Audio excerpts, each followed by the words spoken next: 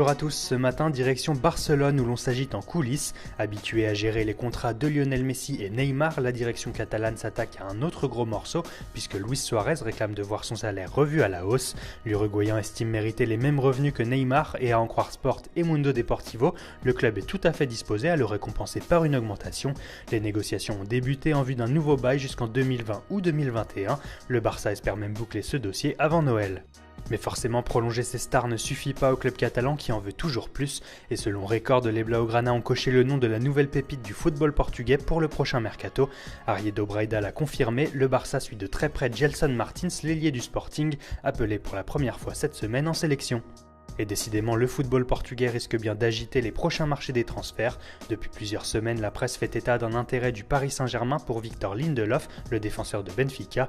Mais selon Abola, les Franciliens pourraient être devancés par l'Inter Milan, qui compte bien boucler son arrivée dès le mois de janvier. Et pour finir avec le Portugal, on retiendra que Gonzalo Guedes, autre grand talent du Benfica, fait figure de cible prioritaire pour le FC Valence en pleine reconstruction après une période délicate. Le jeune attaquant de 19 ans plaît beaucoup au nouvel entraîneur Cesare Prandelli qui compterait là aussi se l'offrir dès cet hiver.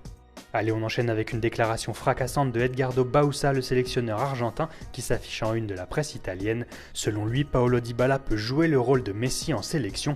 Il n'en fallait pas plus pour que Tuttosport titre Dybala est le nouveau Messi, sans oublier de souligner que le principal intéressé est proche de prolonger à la Juventus.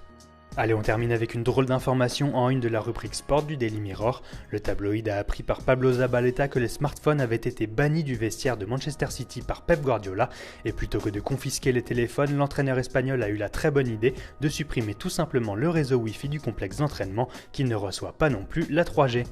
Voilà, c'est tout pour aujourd'hui, bonne journée à tous sur Foot Mercato et rendez-vous demain pour un nouveau tour d'horizon de la presse sportive.